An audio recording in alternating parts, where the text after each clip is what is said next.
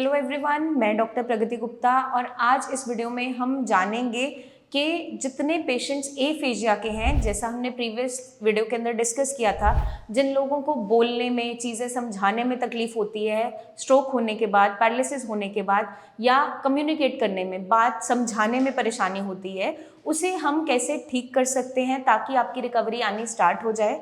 तो कुछ ऐसी एक्टिविटीज़ हैं, कुछ ऐसी मेंटल एक्सरसाइजेस हैं जिनको डेली बेसिस पे करने से आपकी जो कंडीशन है वो बेटर होती चली जाती है। मतलब कि आपको जो चीज़ें समझाने में तकलीफ होती है या कम्युनिकेट करने में, आपके माइंड में तो वो थॉट आ रहा है, आप ब्रेन के अंदर सोच पा रहे हैं वो चीज़, बट उसको प्रोसेस नहीं कर पा रहे, समझा नहीं पा रहे, बोल नहीं पा रहे, या उस शब्द को कंप्लीटली करेक्टली बोल नहीं पाते हैं, तो उसे हम कैसे रिकवर कर सकते हैं। तो आइए जानते हैं, फर्स्ट एक्टिविटी के साथ हम स्टार्ट करते हैं। फर्स्ट हमारी एक्टिविटी है रिसेप्टिव एक्टिविटी। उसके अंदर हम इन कार्ड्स का इस्तेमाल करेंगे जो इजीली आपको स्टेशनरी शॉप पे अवेलेबल हो जाएंगे। बच्चों के लिए इस्तेमाल किए जाते हैं स्कूल में सिखाने के लिए, पहले आइडेंटिफाई करवाने के लिए कि कौन सा कलर है, कौन सा फ्रूट है या क्या लिखा है उसमें। तो हम ये इजीली पेशेंट्स के साथ भी कर सकते हैं और आपको आसानी से मिल जाएंगे। तो आप इसे लेकर सबसे पहले पेशेंट के साथ ये एक्टिविटी कीजिए। तो आप इन कार्ड्स को टेबल पे प्लेस कर सकते हैं पेशेंट के सामने और एक तरफ आप बैठ जाइए। आप सबसे पहले इन कार्ड्स को एक बार पेशेंट को बताएंगे कि ये ऑरेंज है, ये एप्पल है, ये पियर है, मतलब ये संतरा है, ये आपका सेब है, ये नाशपाती है। अब आप नेक्स्ट टाइम पेशेंट से पूछेंगे कि आप एप्पल को टच करके बताइए कि एप्पल कहाँ है, सेब कहाँ है। तो एक बार आप पेशेंट को खुद से बताएंगे कि ये एप्पल है, उसको थोड़ा सा टाइम देंगे समझने में, प्रोसेस करने में कि हाँ यही एप्पल है। फिर नेक्स्ट टाइम आप उससे पूछेंगे कि ऑरेंज कलर का फ्रूट कौन सा है। उससे पहले आप उसे बताएंगे कि ऑरेंज कलर का फ्रूट ये है और इसे हम ऑरेंज बोलते हैं। तो इस तरीके से आप पेशेंट को चीज़ें सिखाएंगे। अब जो नेक्स्ट एक्टिविटी है उसके अंदर हम क्या करेंगे, जब एक बार डेली ये प्रैक्टिस करने से पेशेंट सीख गया कि ये एप्पल है, ये ऑरेंज है और ये आपका पियर है, तो हम क्या करेंगे नेक्स्ट एक्टिविटी के अंदर इसमें से आपके 2 कार्ड्स को चेंज कर देंगे। जो आपके फ्रूट्स के कार्ड थे उसको चेंज करते हुए अब हमने क्या लगा दिया, यहाँ पे एनिमल्स प्लेस कर दिए। तो हम पेशेंट से पूछेंगे कि इसमें एप्पल कहाँ है या फ्रूट कहीं आपको दिखाई दे रहा है। तो जब पेशेंट समझना स्टार्ट करेगा, प्रोसेस करना उसका माइंड स्टार्ट कर देगा, तो वो इस पे पिन पॉइंट करना स्टार्ट कर देगा। इसके लिए आपको पेशेंट के साथ थोड़ी पेशेंस रखनी पड़ेगी, बार बार रेपिटेशन के साथ सिखाना पड़ेगा। ऐसा नहीं है कि एक बार आपने सिखा दिया और पेशेंट डायरेक्टली सही आंसर आपको दे ही दे, क्योंकि बचपन में आपने भी देखा होगा टीचर हमें कितनी बार पढ़ाती थी, कभी हम गलत बता रहे हैं, कभी सही बता रहे हैं, बट एट द एंड हम सीख जाते हैं। तो वही अप्लाई होता है हमारे पेशेंट्स के साथ।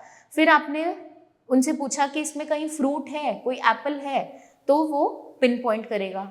आपने उससे पिन पॉइंट करवाना है कि कौन सा है। उसके बाद जब हम ये वाली एक्टिविटी उसने कर ली, हम एक एक लेवल बढ़ाते जाएंगे। अब हम पूछेंगे कि इसमें कहीं आपको कैट दिखाई दे रही है। आपने एक बार सिखा दिया, वो फिर पिन पॉइंट करेगा।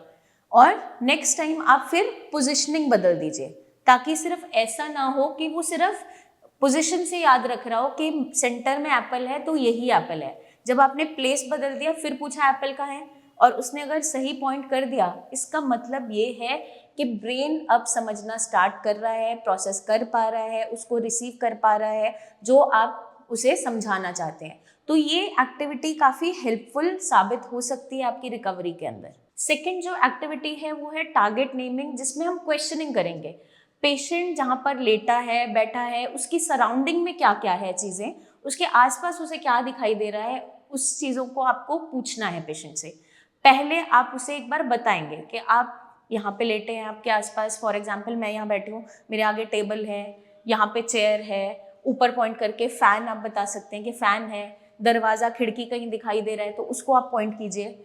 उसके बाद आपने एक बार पेशेंट को ये सिखा दिया, नेक्स्ट टाइम आप उससे क्वेश्चन करोगे कि आप यहाँ पर बैठे हैं, अब मुझे बताइए कि ऊपर ये जो मूव कर रहा है ये क्या चीज़ है। या इस तरीके से भी पूछ सकते हो कि आपको कहीं पंखा दिखाई दे रहा है, तो वो पॉइंट करेगा फैन की तरफ। अगर उसने करेक्ट पॉइंट कर दिया तो नेक्स्ट लेवल हम और इंक्रीज करेंगे, उसमें और क्वेश्चनिंग ऐड ऑन करते जाएंगे। डोर कहाँ है, विंडो कहाँ है, नेक्स्ट और ज़्यादा हम एडवांस ये कर सकते हैं, डायरेक्शंस पेशेंट से पूछ सकते हैं। जब एक बार उसे चीज़ें समझ में आ गई तो उसे हम राइट लेफ्ट समझाते हुए कि आपके सीधे हाथ की तरफ क्या सामान रखा है या आपके उल्टे हाथ की तरफ इस तरफ क्या है, तो हम इस तरीके से भी उन्हें क्वेश्चनिंग करते हुए चीज़ें समझाना स्टार्ट करेंगे, जिससे ब्रेन और अच्छे तरीके से प्रोसेस करे। ये एक्टिविटीज़ जब भी हम करवाते हैं हमें रेपिटेशन में करवानी होती है और स्टेप बाय स्टेप लेवल बढ़ाना है। जितना पेशेंट समझ पा रहा है उतना हम एक बार करवाएंगे। ऐसा नहीं है बार बार उसे कंफ्यूज नहीं करना है, सारा कुछ एक ही दिन में उसके ब्रेन में फीड नहीं करना है, क्योंकि वो समझ नहीं पाएगा। जितना वो अच्छे से प्रोसेस कर पा रहा है, समझ पा रहा है, उसके साथ ही हम नेक्स्ट लेवल को बढ़ाएंगे। तो इस चीज़ का हमें खास ध्यान रखना है। उन पे प्रेशर नहीं डालना है, गुस्सा नहीं करना है कि आपको ये भी नहीं आ रहा है, आप समझ नहीं पा रहे हैं। आपको पेशेंस रखना पड़ेगा, क्योंकि जो ये एक्टिविटी करवाएगा उसको ध्यान में क्या रखना है, जैसे हमें बचपन में हमारे पेरेंट्स ने सिखाया है, अब हमें अपने पेशेंट के साथ यही एक्टिविटी को परफॉर्म करना है। पेरेंट्स बहुत पेशेंस के साथ सिखाते थे, वैसे ही पेशेंस आपको रखनी पड़ेगी। अब हम जानेंगे थर्ड एक्टिविटी के बारे में, जिसके अंदर आपको कमांड देनी है पेशेंट को। कमांड देने का मतलब क्या है, आपको कुछ उसे कहना है जिसे उसे करना है। मतलब कोई आप चीज़ को बोलेंगे, वो एक्शन उसे परफॉर्म करना है। तो इसके अंदर सबसे पहला है अपने ही बॉडी पार्ट्स को रिकॉग्नाइज करना। जैसे हम छोटे बच्चों से पूछते हैं आपकी नोज कहाँ है, आपकी चिन कहाँ है, आपकी आईज को टच करके बताइए, वही हम पेशेंट के साथ करेंगे। क्योंकि क्लिनिक में भी जब पेशेंट आता है उसकी सेंसरी मोटर स्किल्स कितने हैं उसको जज करने के लिए हम ये छोटी सी एक्सरसाइज उनसे करवाते हैं सामने भी। तो आप भी अपने पेशेंट से यही करवाएंगे। फॉर एग्जाम्पल आपने पूछा कि आपकी चिन कहाँ है, उसने एक बार टच किया आपकी अपनी चीक को, एक बार टच किया नोज को, तो उसे नहीं पता है कि चिन कहाँ पे है। नेक्स्ट टाइम आप उसे समझाओगे, एक्शन के साथ बताओगे कि ये चिन ये है आपकी।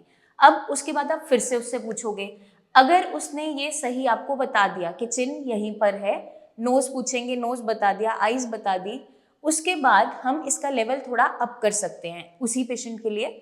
आप उसकी आईज को क्लोज करवाते हुए पूछोगे कि अपनी चिन को टच कीजिए, अपने नोज को टच कीजिए, अपने राइट हैंड से अपनी लेफ्ट आई को टच कीजिए, अपने लेफ्ट हैंड से राइट आई को टच कीजिए। तो धीरे धीरे हम लेवल जैसे जैसे अप करते जाते हैं, उनकी कोऑर्डिनेशन बेटर होती चली जाती है और उनका ब्रेन अच्छे तरीके से काम कर पाता है। तो इनिशियली हम रिकॉग्निशन के साथ स्टार्ट करेंगे कि समझ पाए वो आप पूछना क्या चाह रहे हैं उससे। उसके बाद जो नेक्स्ट आपका स्टेप है उसमें आप उसकी आईज को क्लोज करवाते हुए इवन आप उसकी साइड्स लेफ्ट राइट भी उसको कमांड दे सकते हैं। अब इसी एक्टिविटी के साथ हम थोड़ा एडवांस लेवल में चीज़ों को करेंगे। अभी तक आपके बॉडी पार्ट्स की रिकॉग्निशन थी, अब हम कोई ऑब्जेक्ट रख देंगे। वो बॉल भी हो सकता है, वो आपका कोई कंटेनर हो सकता है, कलरफुल बॉटल्स हो सकती है, आपके आसपास जो भी है इजीली अवेलेबल है आप उसको रख दीजिए। तो अब हम पेशेंट को क्या बोलेंगे, सबसे पहले हम उसे कलर सिखाएंगे कि पर्पल कलर ये है, ग्रीन कलर ये है, एक बार रिकॉग्नाइज करने देंगे आराम से। फिर उसे क्या कहेंगे कि एक बॉक्स में आपको पर्पल कलर की बॉल्स डालनी है और जो दूसरा बॉक्स है उसके अंदर आपको ग्रीन कलर की बॉल्स डालनी है। अगर एक बार उसने ये एक्टिविटी ठीक कर दी तो हम नेक्स्ट लेवल अप करेंगे। उसके अंदर हम क्या करेंगे, बॉल्स को दोबारा प्लेस करते हुए उनकी पोजीशन बदलते हुए उसको ऐसे रख देंगे, एक पर्पल है, एक ग्रीन है, एक पर्पल है, ग्रीन है। और अब उसे बोलेंगे कि अपने सीधे हाथ वाली साइड आप ग्रीन बॉल्स को डालिए, जो आपके राइट हैंड साइड का जो बॉक्स है उसमें आप ग्रीन बॉल्स को प्लेस कीजिए और जो लेफ्ट हैंड साइड है उसमें पर्पल बॉल्स को प्लेस कीजिए। एक तो आपने उसे कलर सिखा दिए, ऊपर से आपने उसको डायरेक्शंस भी सिखा दी, या आप कह सकते हो लेफ्ट राइट का रिकॉग्निशन आ गया। तो ये भी हम एक्टिविटी कर सकते हैं और इसको एक और एडवांस लेवल पे भी हम चीज़ें कर सकते हैं। इसी एक्टिविटी के अंदर हम थोड़ा सा लेवल और अप करते हुए उन्हें स्मॉल बिग के बीच में डिफरेंशिएट करना सिखाएंगे कि ये बॉक्स साइज में बड़ा है, ये बॉक्स छोटा है। तो एक बार जब वो समझ गया कि ये बॉक्स साइज में बड़ा है, ये छोटा है, तो हम बोलेंगे ग्रीन वाली बॉल्स को आपको स्मॉल वाले बॉक्स के अंदर प्लेस करना है, पर्पल बॉल्स को आपको बड़े वाले बॉक्स के अंदर प्लेस करना है। ये एक बार उसने सीख लिया तो आप इसकी पोजिशनिंग बदल दीजिए, लेफ्ट राइट कर दीजिए, कलर्स बदल दीजिए, बहुत सारे इसमें वेरिएबिलिटी ला सकते हैं एज पर पेशेंट कितना समझ पा रहा है और कितना उसको अच्छे से अडाप्ट कर पा रहा है। तो डिफरेंट डिफरेंट एक्सरसाइजेस को आप मल्टीपल कॉम्बिनेशंस के साथ बना सकते हैं। आपके पास भी कोई कॉम्बिनेशंस हैं तो आप कमेंट करके बता सकते हैं कि इसके अलावा और क्या बेस्ट कॉम्बिनेशंस हो सकते हैं। अब जो लास्ट एक्टिविटी है उसके अंदर हम 2 तरीके से एक्टिविटी पेशेंट को करवा सकते हैं। एक है एक्सप्रेशंस की हेल्प से वो आपको चीज़ों को समझाएगा, और दूसरा है जो प्रॉपर आंसर के तौर पे आपको आंसर करेगा। फॉर एग्जाम्पल, जैसे आप पूछ रहे हैं कि आपको क्या प्यास लग रही है, तो वो नॉट करेगा यस, और आपको पानी चाहिए, उसको नहीं चाहिए, तो वो करेगा नो। तो आप एक नेक मूवमेंट्स के साथ या किसी सिग्नल्स के साथ भी उसे कमांड समझाने के लिए हेल्प कर सकते हैं। बट बेटर क्या रहता है कि साइन लैंग्वेज को ज़्यादा इस्तेमाल ना किया जाए, क्योंकि जब पेशेंट्स ओपीडी में आते हैं बहुत ज़्यादा वो कुछ चीज़ें ऐसी कर रहे होते हैं कि जिसकी वजह से उनकी रिकवरी नहीं आ पा रही होती है, क्योंकि पेशेंट को आसान रास्ता दिखता है, वो वर्ड्स बोल भी पा रहा होता है, जब हम उससे बुलवाते हैं वो क्लियर वर्ड्स बोल रहा होता है, लेकिन उसे हैबिट हो गई है और ब्रेन सीख गया है आसान रास्ते को चुनना, तो वहाँ पर पेशेंट वर्ड्स को इस्तेमाल नहीं कर रहे होते। इसकी वजह से उनकी स्पीच में, उनके वर्ड्स को एक्सप्रेस करने में, उनको कम्युनिकेट करने में दिक्कत आती है। तो पेशेंट हमेशा अगर उसे पानी चाहिए तो वो इशारा सीख जाता है कि पानी पीना है, या वहाँ से आप सामान उठा के दे दीजिए। तो हमें पेशेंट को बुलवाने की कोशिश ज़्यादा करनी है, रैदर येस और नो करवाना। बट इनिशियली अगर पेशेंट कुछ भी नहीं समझ पा रहा है तो हम साइन लैंग्वेज के साथ शुरुआत कर सकते हैं। नेक्स्ट जो हमें आंसर्स चाहिए, वो आंसर्स उससे बुलवाने हैं। अब कभी कभार पेशेंट अपना नाम उसे याद नहीं होता, तो आपको 1-2 बार उसे बताना पड़ेगा कि आपका नाम फॉर एग्जाम्पल राम है, ललित है, कुछ भी आप एग्जाम्पल लेके तौर पे समझ सकते हैं।